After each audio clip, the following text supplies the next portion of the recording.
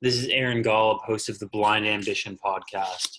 We'll be bringing you world-class leaders, entrepreneurs, and athletes, people who have overcome obstacles and used their ambition to create enormous success in their lives.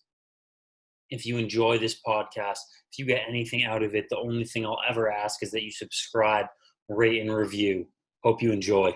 Thank you, everyone, for tuning in to this week of Blind Ambition. I'm your host, Aaron Golub, and today I'm joined by Steve Sims. Steve, thank you so much for joining me.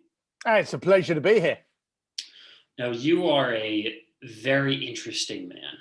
I read a couple of your books, really enjoyed Blue Fishing, really enjoyed looking into kind of your career and everything about yourself. Why don't you give a short intro of yourself for my audience?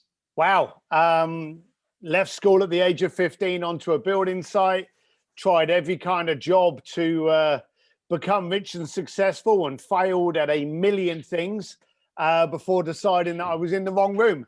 So I tried to hang around with rich people. Before I knew it, I became the go-to guy that if anything was needed, whether it be a drum lesson by Guns N' Roses, a guitar lesson by ZZ Top, going down to see the Titanic, or closing down a museum in Florence for a dinner party of 6 and having Andrea Bocelli come in and serenade you, I became the Make-A-Wish Foundation for people with really large checkbooks.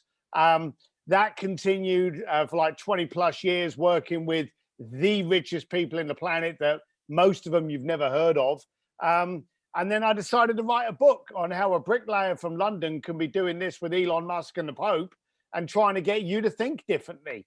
I didn't expect the book to be successful. It has become successful. And now I speak, coach, train all over the planet. So now I'm just trying to create a world a little bit more excessively that I want to live in. That's so cool. So what made you go into this life? Because, like I said before, you have a very interesting life. It's something that so many people must be intrigued by. What made you say, I want to make dreams come true for other people? And then going on that, how did you build all these connections, whether it be to, get someone to play with Guns N' Roses or play golf with Tiger Woods or have a lunch, what kind of allowed you to build these connections? So there's two questions there. One is on the connections, and one, what was got me into the world of, the Mr. Fix-It, the go-to guy. If anyone ever finds me, sees me, I'm 240 pounds of biker ugly. I've got tattoos, piercings, always in a black t-shirt. I'm not warm and fuzzy. I'm also not very good with people. There's nothing I hate more than going to like a wedding or a networking event and going, hi, how are you? What do you do? I can't do that shit. Yeah. And I never, ever, therefore, wanted to be a concierge to the rich and famous. What I wanted to do was to sit down in front of a billionaire and ask them, how come you're a billionaire and I'm not? We've got the same hours in the day. I'm just as hardworking as you. How come you're rich and I'm not? That was the only reason that I started to do what I did. I call it the Trojan horse. I realized that a lot of powerful people wanted to do things. The more powerful they were, the less they wanted to risk humility by being declined, or the less they wanted to owe a favor. You see, if you're the head of a major studio in, say, Hollywood, and you want to go to a show, or you want to go to a Formula One event, or you want to have, go backstage at a concert, you can get it by using your name. But sooner or later, the person that helped you, they're going to want a favor. And that favor carries more interest rate than if you owed the mafia money. So they don't want to do that. So they come through me as a middleman to basically make sure it happens and then pay. As long as you pay, you see, you're not paying me to get you to meet Guns N' Roses. You're paying me so that the person that helped make that introduction doesn't come back 3 years later and try and charge you to do something ridiculous. So I'm the kind of person that you pay to play, I get it done, no more favors. I never wanted to be Mr. Friendly. I never wanted to hang around with celebrities. I never wanted to walk down red carpets. There's nothing I hate more than walking down a red carpet in superficial Hollywood. But I did it purely and simply so that I could make sure I had a Rolodex of very, very powerful people that I was able to just phone up and go, "Hey, Johnny, how you doing? I wanted to ask you a question. You just bought, that country. Why did you do that?" I wanted to have those kind of conversations. And I learned a lot about how billionaires and wealthy people think, how they are successful, how they look at failures. And I learned all of those things that I was then eventually able to lean back and go, well, okay, I've got all this information. Now I want to pass it on to people that are successful, but just don't have the money yet. And I wanted to be able to shake people up, get them uncomfortable, and give them permission. And the second part of that was, how did I build up the connections? Dead easy answer. I promoted my solution. Now, for anyone listening to that, write that down. If you have a headache at 2:00 in the morning, you will do the exact same thing. You will reach into a drawer, you will go to the kitchen, you'll go to the bathroom, and you'll get a headache tablet, won't you? Yeah. When was the last time you picked up that box of headache tablets, or that canister, or that bottle, and you went, "No, I don't like these. I don't like the packaging"? You've never done it, have you? No. You don't give a shit what the packaging looks like, because it solves a problem. So I decided very early on, I don't have a website. I'm not good looking. I'm not smooth, suave, articulate, and educated. Hell, I don't even have a car. I'm always pulling up on a motorcycle. But if I could solve your problem, whether or not it be a fantasy, a travel destination, a meet and greet, get you backstage, get you that limited edition, Ferrari, get you that, limited edition piece of artwork. If I could solve your problem, none of the other stuff mattered. So I became a solution, and I promoted that. I grew my connections also by saying, look, if I do a good job for you, one day, and this was my favor, I'm going to ask you to tell someone about me. So if you came to me and you were like, "Steve, I've heard about you, I need this done," I would make sure you spoke with someone else first, so they built up my credibility and gave you what you needed to respect me before you had a conversation with me. So yeah. I very much believe that today we're in a credibility currency, and credibility comes from providing a solution to people to such a dynamic that they will become your front line of marketing. Yeah, that's awesome. That's fantastic. I love that. Given all the success that you've been able to see through asking those questions to, billionaires, and surrounding yourself with all these people, what are your goals for the future now? What are your dreams? Where do you want to go with what you've been able to accomplish? So bear in mind, I left school at the age of 15 on a shitty motorcycle. I still don't have a car. I still ride around on motorcycles. I'm 55 years old now, and I live up here in the hills. I can't believe the things I've done and the people I've hung around with. So here's the weird thing. I don't have any goals and aspirations of I want to walk the red carpet, or I want to be front row, or I want to be backstage. I have none of those. My goals and aspirations now is to continue to work with entrepreneurs, whether it be through Sims Distillery, which is my inner circle program, or through coaching or whatever. I want to work with entrepreneurs, shake them up, spit them out back into the planet, more impactful, that they now give themselves greater permission to do things more dynamically. I've taken everything I've learned and tried to translate it into an easy, understandable program for you. And I don't mean an online program. I don't have one of those, but into an easy format that you will turn around and go, well, hang on a minute.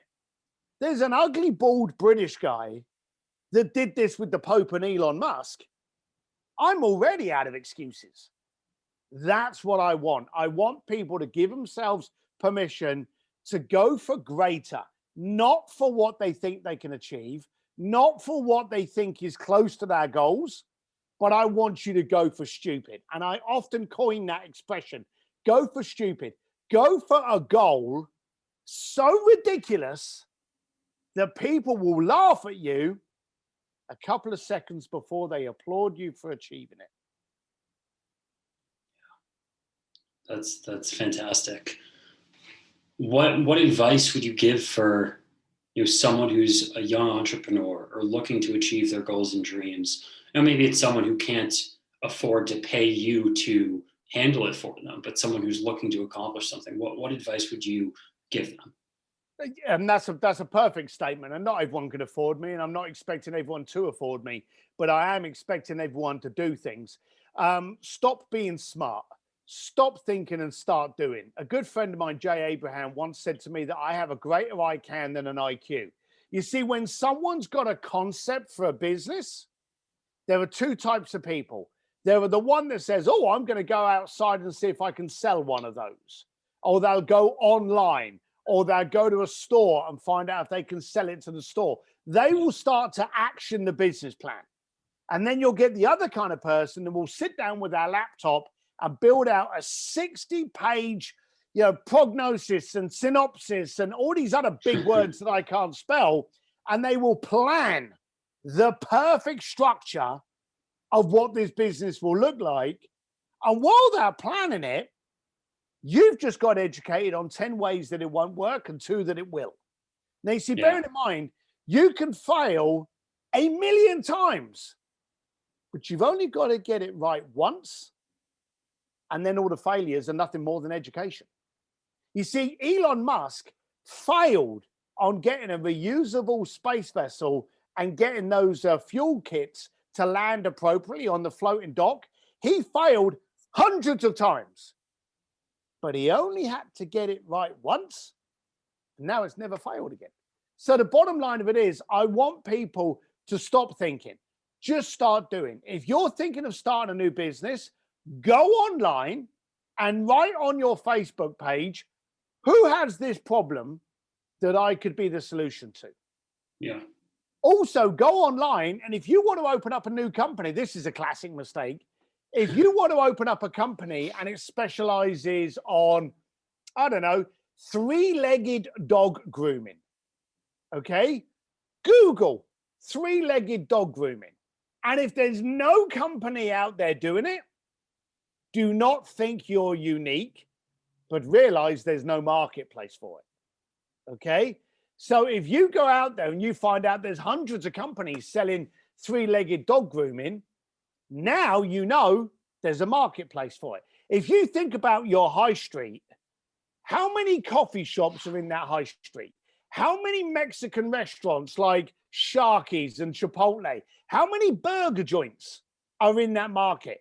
There's loads of those competing brands in that high street. Why? Because there is a dense market of demand. So if you've got a service or a product, Google it to identify whether or not there's a market for it, and then go on and ask people, hey, do you have this problem that I could be the solution to? If you can help one person, great. If you can help 3 people, you're in business. That's the bottom line. Keep it easy. Yeah, that's great advice. I'm really curious, and I just want to backtrack for a second, but growing up, what was your thoughts like, your life like? Did you have these kind of aspirations of figuring out, how can I be successful? Why is a billionaire rich? Why am I not rich? Or, what caused you to eventually ask yourself that question? Oh, that was easy. I was pissed off. I believe most entrepreneurs are aggravated. I think we sit there and we go, why does it have to be like that? Even, do you remember being in school and someone saying to you, right, this is the test, that's the answer. And do you remember being that person that said, hang on a minute, there's another couple of answers that are also accurate, but the teacher going, no, that's the only one that's right. Yeah. Do you remember that? Yep. Because as entrepreneurs, We look for alternatives. We look at something and go, hang on, why do we do this? You see, bearing in mind, Elon Musk invented PayPal because he was aggravated as why it took 3 to 5 days to wire money to each other. It didn't make sense to him. So what did he do? He invented PayPal. Okay. So the bottom line of it is, as a youngster growing up in the 80s in East London, I didn't have Instagram to show me how inadequate my life was. I didn't have any of these things. I didn't have any online mentors. I didn't have any online courses. I didn't even have books. But I knew I was aggravated. I would literally question myself on the building site. Is this it? Is this my life? Now, I didn't know what was projecting that, but I knew something inside of me. And I'm a great believer, and I don't suggest people do this. So there's the disclaimer. Do not do what I'm about to suggest. But if you went to an entrepreneur event, if you went to an event where there was all these entrepreneurs in it, and you cut each one of us in half, I reckon you'd find that there was like a single purple blood cell or a piece of DNA that connected us. Because here's the weird thing. Me and you, we're totally different. You're a good-looking former athlete, okay? I'm a stocky British biker. We're very, very different. But we're united because we're entrepreneurs. Yeah. And how many times have you gone into a room and you just can't connect with anyone? You know, you're trying to have conversations and you're like, this person doesn't get it. This person doesn't get me. This person's willing to settle in life. Yeah. And they aggravate you. And then you get into a room full of entrepreneurs. Now, the entrepreneurs could be selling hair products, vegan lipstick. They could be selling, you know, space vessels. They could be selling and producing totally different products and services so far out of your industry that you can't even spell them. Yeah. But because they're entrepreneurs, you connect. It's like, I always call it the Hogwarts theory. It's like us all going to Hogwarts and suddenly realizing, hey, we're not different. We're not weird. Everybody else in the planet is.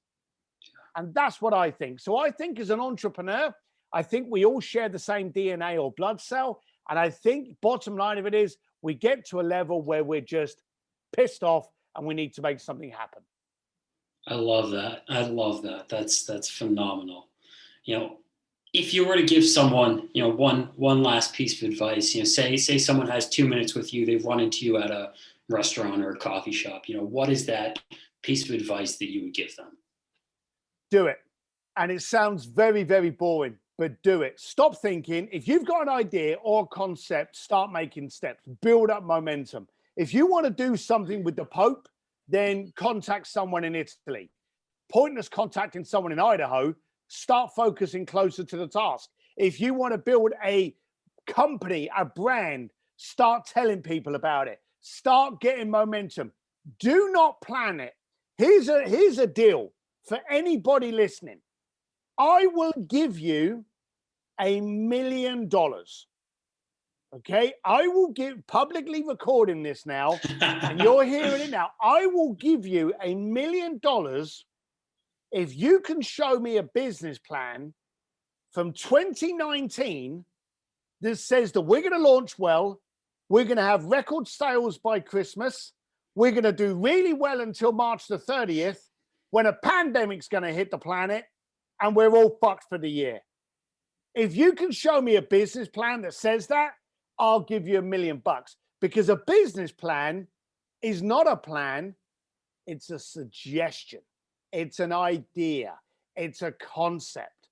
What you've got to do is action, and action means movement. You were an athlete. Okay. Yeah. How easy would it be to go, well, okay, as a football player, I'm going to throw the ball to you, and all you've got to do is run up the field in a straight line, because we know the fastest way from A to B is a straight line. Okay. Yeah. I have never, ever seen a football player run in a straight line. Okay. No. Because they have to move, they have to adjust, they have to edit. That's business. That's an entrepreneur. No such thing as a straight line. That's awesome. Wow. Steve, first off, thank you so much for your time. I really do appreciate it. Where can people find more about you online, wherever, just to see your content? Well, I've got a website, Steve D. Sims. There's only one M in Sims, stevedsims.com. Bluefishing, The Art of Making Things Happen is my book. It's on Amazon. But I've also got a free Facebook group called An Entrepreneur's Advantage with Steve Sims. It's free of charge. And I just go on there and I whinge and I moan and I talk and I chat and I hang out. But if you really want to get more time with me personally, I have an inner circle called simsdistillery.com. And that's where I bring all my expert friends to come in and interact. But, I'm easier to get than COVID. So just look me up anywhere at Steve D. Sims. Instagram, Facebook, anywhere, you'll find me. Awesome. Well, thank you again for your time. It's been a pleasure. Thanks for having me. Thank you so much for listening to this podcast. If you enjoyed it at all, if you got one thing out of it, we'd really appreciate it if you would subscribe, rate, and review. Thank you.